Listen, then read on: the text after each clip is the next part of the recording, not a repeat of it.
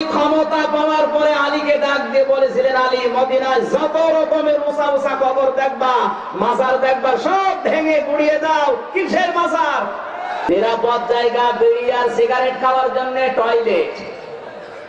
অনেকে এদিকে ধোঁয়া ছাড়ে, আরেকদিকে ছাড়ে। কত বলছেন কেন? আর সবচাইতে নিরাপদ জায়গা গাঁজা খাওয়ার জন্য এখন বাংলাদেশের মাজার গুলো। উঁচু মাজার দেখো, ভেঙে মাটির সাথে গুড়িয়ে দাও। মাজারে আগরবাতি দেয়া যাবে? মোমবাতি। অনেক মাজারের উপরে লম্বা মশারি টাঙানো আছে না নাই? ওর বাবারে মশাই কামড়ায়। কত বড় ডাকাত! একজন মানুষ যদি কোনো কবরের কাছে যায় আর সেই কবরকে সিজদা করে, সেই কবরকে ইবাদত করে, তাহলে সেটাই সবচেয়ে বড় পাপ, হোক সে মুসলিম বা অমুসলিম। যদি মাজারগুলো ভেঙে দেওয়া হয় তাহলে যারা কবরে শায়িত আছে তাদের সাথে বেয়াদবি করা হবে কিনা। তো দেখুন, কবরের উপরে পাকা করা থাকলে বা গম্বুজ থাকলে এটা আল্লাহ রাসূল সাল্লাল্লাহু আলাইহি ওয়াসাল্লাম ভেঙে দিতে বলেছেন, যেটা মাটির সাথে মিশিয়ে দিবে। তো এখন আপনার যিনি ওখানে শায়িত আছেন, একজন বুজুর্গ ব্যক্তি, তো তার সম্মানটা বেশি না রাসূল সাল্লাল্লাহু আলাইহি ওয়াসাল্লামের নির্দেশটা সম্মানটা বেশি?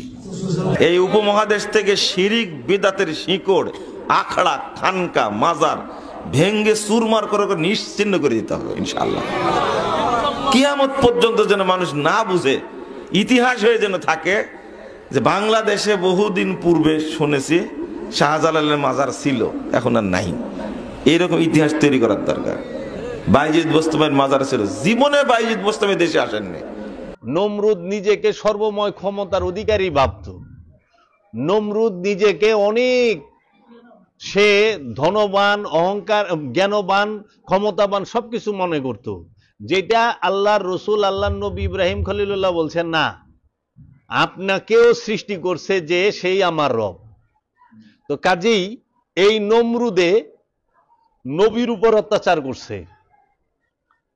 নবী সত্য বলার কারণে নমরুদ অত্যাচার করে। মুসা নবী সত্য বলার কারণে এই ফেরাউন অত্যাচার করে। ঈসা নবী ঈসা নবী সত্য বলার কারণে এই ঈসা নবীর সময়ে যে ইহুদি মৌলবীরা, তারা ঈসা রুহুল্লাহকে শুলে চড়ায় দেয়, মেরে ফেলে। আবার সত্য বলার কারণে আবু জাহেল, আবু লাহাব, সাহেবা বা আবু সুফিয়ানরা আল্লাহর রসুলকে হত্যার চেষ্টা করে এবং নির্যাতন করে তার জন্মভূমি থেকে তাড়ায়া দেয়। মদিনায় আল্লাহর রসুল হিজরত করেন এবং আল্লাহর রসুলের বাড়িঘর দখল করে এরা। এই একই সত্য বলার কারণে ইয়াজিদ মাওলা হুসাইনকে কারবালায় শহীদ করে। এই একই সত্য বলার কারণে এই মুআবিয়া গঙ্গেরা মাওলা আলী কারামাল্লাহু ওয়াজহুকে শাহাদাত করে। তো ওলি আল্লাহ গো বাবা দাদা যারা, তারাই তো নির্যাতিত হয়েছে অসংখ্যবার। তো ওলি আল্লাহরা তো হবেই। হাল আমলে দেখতেছি কিছু কথার অজুহাতে মাজার ভাঙা হচ্ছে, ওলি আল্লাহর দরবারে অত্যাচার করা হচ্ছে, ওলি আল্লাহদেরকে অত্যাচার করা হচ্ছে। সেটা কি? যে মাজারে গান বাজনা হয়, মাজারের মধ্যে অনেকে সিদ্ধি খায়, এই অজুহাতে মাজারে সেজদা করে। মাজারে সেজদা আদি থেকেই ছিল। সৌদি আরবের মাজার ভাঙছে এই সৌদ পরিবার আর আব্দুল ওহাব নজদি পরিবার। সৌদি আরবের মাজারে তার পালা গান হয় নাই। জান্নাতুল বাকিতে, জান্নাতুল মাওয়া, ওইখানে তার পালা গান কেউ গায় নাই। ওইখানে আমাদের বাংলাদেশের বাউলরাও নাই, বয়াতিরাও নাই। তাহলে ওইখানে মাজারটা কি কারণে ভাঙা হইল? 70,000 রওজা ভাঙা হয়েছে। কাকো রওজা ভাঙছে। ইমাম আব্দুল্লাহ ইসলামের রওজা ভাঙছে, মহানবীর বাবার। মহানবীর দাদা ইমাম আব্দুল মুত্তালিবের রওজা ভাঙছে। মহানবীর চাচা মাওলা আলীর বাবা ইমাম আবু তালিবের রওজা ভাঙছে। এবং উম্মুল মুমিনিন সাইয়েদানা মা খাদিজাতুল কুবরার রওজা ভাঙছে। মা আয়েশার রওজা ভাঙছে। উম্মে হাবিবার রওজা ভাঙছে। মা হাফসার রওজা ভাঙছে। জিন্নুরাইন হযরত উসমানের রওজা ভাঙছে। রসুলের ছেলে যারা ছিলেন ইমামগণ, তাদের রওজা ভাঙছে। মা ফাতেমার রওজা ভাঙছে। মাওলা হাসানের রওজা ভাঙছে। এইভাবে হযরত আব্দুর রহমান ইবনে আউফের রওজা ভাঙছে। এইরকম ভাবে হাজার হাজার সাহাবায়ে কেরামের রওজা জান্নাতুল মাওয়া, জান্নাতুল বাকিতে ভাঙছে। সেইখানে ওই মাজারে পালা গানও হইতো না, কেউ বয়ে সিদ্ধিও খাইতো না, তারপরও মাজার ভাঙছে। তো ওইখানের মাজারটা কি কারণে ভাঙা হইল? আর এখন মাজার ভাঙে কয় যে ও আমাদের কাছে দলিল আছে কি ইমাম বুখারীর হাদিস বুখারী শরীফ খুলেন, ইমাম তিরমিজির হাদিস তিরমিজি শরীফ খুলেন, ইমাম বুখারীরই মাজার আছে উজবেকিস্তানে, তাও শত শত কোটি টাকা খরচ করে করছে। ইমাম মুসলিমের মাজার আছে, মাযহাবের 4 জন ইমাম, ইমাম আবু হানিফা রাহমাতুল্লাহর মাজার আছে, ইমাম শাফি রাহমাতুল্লাহর মাজার আছে, ইমাম আহমদ ইবনে হাম্বলের মাজার আছে, ইমাম মালিকেরও মাজার শরীফ আছে, ছিল, মাজার আছে, তাবেইন তাবাইন সবার মাজার আছে, নবীগণের মাজার আছে ফিলিস্তিনে, নবীগণের মাজার আছে ফিলিস্তিনের।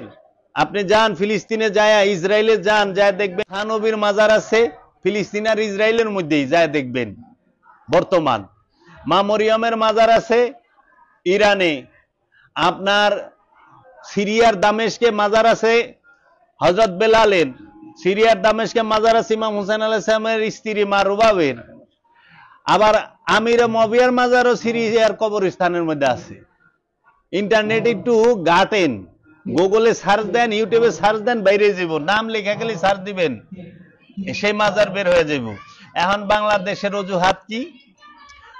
মাজারে মেলা হয়, মাজারে উরস কেন্দ্রিক, আর হইল পাগল মস্তান মজ্জুবরা ঈশা সিদ্ধি খায়, এই অজুহাতে মাজার। আচ্ছা, যে খায় এটা তো তার ব্যক্তিগত বিষয়, তো তুমি উনার অজুহাতে আল্লাহর ওলির মাজার ভাঙবা কেন? এখন ঢাকা শহরের মধ্যে নাইট ক্লাব আছে না, ঢাকা শহরে বার আছে না, বোট ক্লাব আছে না, তো ঢাকা শহরে ক্যাসিনো আছে, নাইট ক্লাব আছে, আছে, তে কি তুমি ঢাকা শহর জ্বালাই দিবা? ওই অজুহাতে তো ঢাকা শহর জ্বালান দেব না, কারণ একটা রাজ্যে অনেক কিছুই থাকে।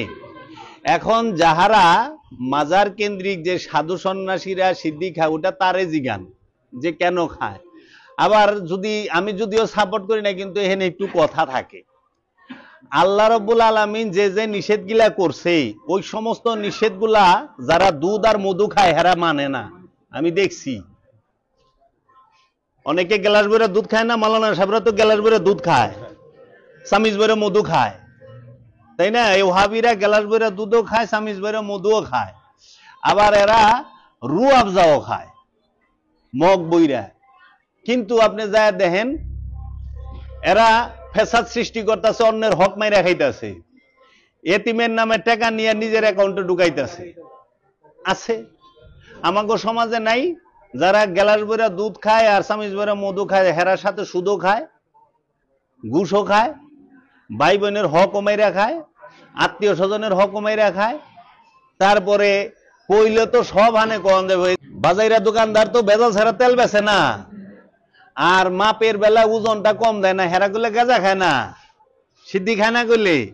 এরা মধু খায়, দুধ খায়, কিন্তু মধু খায়া দুধ খায়া তারা ওজনে কম দেয়। আর আরেক লোকেশ দিন ভরা ওই যে মেলায় বয়া মাজারে বয়া সিদ্ধি খাই বলেছে, কিন্তু মানুষের ওজনেও কম দেয় না, কেউ হক কমাইরা খায় নাই, কেউ সম্পদ আত্মসাৎ করে নাই। ওখানে দুধ আর মধু খায়া যদি আপনি মানুষের ওজনে কম দেন, ভেজাল মাল বিক্রি করেন, আত্মীয় স্বজনের হক মাইরা খান, সুদ খান, ঘুষ খান, ওইটা ভালো না যেই বেটায় আপনার ওই যে পীরের দরবারে কিংবা মাজারে যে এক কোনায় বয়া সিদ্ধি খাই ফেলেছে দিন ভরা দায়মি সালাতের মধ্যে রত, তার মুর্শিদের ধ্যান করবার লইছে, সেই বেটায় ভালো। সুদ খাওয়া হারাম, ঘুষ খাওয়া হারাম, ওজনে কম দেওয়া হারাম, অন্যের হক মাইরা খাওয়া হারাম, গরিবের হক মাইরা খাওয়া, আত্মীয় স্বজনের হক মাইরা খাওয়া হারাম। এই অপরাধমূলক যা কিছু আছে সবই তো হারাম। তো কাজেই যারা দুধ মধু খায় এরা দেখি আল্লাহর হুকুম মানে না, আর যারা আল্লাহর সৃষ্টি ওই যে গাছের সবজির খায় এরা কিন্তু আল্লাহর হুকুম মানে, এরা অপরাধের মধ্যে লিপ্ত হয় না। তাই বলে কেউ মনে করেন না আমি এটা লাইসেন্স দিতে আছি, আমি নিজে ওইটার মধ্যে নাই। কিন্তু যখন আপনি এই অজুহাতে আসেন মাজার ভাঙে, এটা অজুহাত, এটা সত্য না। মাজার ভাঙলেই ওলি আল্লাহ থেকে মানুষকে ফেরানো যাবে না, ওরস বন্ধ করলে ওলি আল্লাহ থেকে ফেরানো যাবে না। ওলি আল্লাহকে যারা ভালোবাসে তারা, ওলি আল্লাহ সমুদ্রের সমতুল্য, ওলির কাছে ভালো মন্দ সবাই আসে। তাই সুলতানুল হিন্দ খাজা বাবাই কইছে, জানো ওলির বর্ণনা কি? ওলি আল্লাহরা হয় তিন রকম, তিনটা চিজের সাথে সার্বজনীন হইতে হবে। পৃথিবীতে তিনটা জিনিস সার্বজনীন, কি মহা সার্বজনীন? একটা হলো সমুদ্র, সমুদ্র, ওই যে সূর্য, আর এই জমিন। সমুদ্র সে তার মতো বয়ে চলছে, যার পিপাসা লাগে, যার পানির দরকার সমুদ্রের থেকে বইরা লয়ে যায়। সমুদ্র ছায়া দেখে না হিন্দুতে পানি নিল না বৌদ্ধতে নিল না খ্রিস্টানে নিল না ইহুদিতে পানি নিল না জৈনে নিল না তাও পারসি মং তারা নিল না আস্তিকে নিল না নাস্তিকে নিল।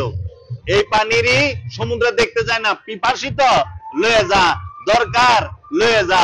আল্লাহর ওলিরা সমুদ্রের মতো মহানূর নিয়ে বৈশা রইছে, খোদার তাজাল্লি দিয়া বৈশা রইছে, খোদার রহমতের ফায়েজ লয়ে বয়ে রইছে।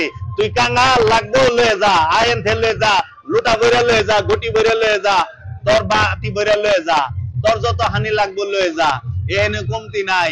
সূর্য শেষ আলো দেয়, হিন্দু মুসলমান আস্তিক নাস্তিক দেখা আর সুফি দেখা ই দেখা ফেরকা দেখা সূর্য আলো দেয় না, সে সার্বজনীন। আল্লাহর ওলিরাও তাই, রহমত দেখা দেয় না। আল্লাহর ওলির কামেল, আল্লাহর ওলির উরসে যারা হাজির হয় তাকে দয়ালে কোনো না কোনো ভাবে রহমত দান করে, দান করবেই।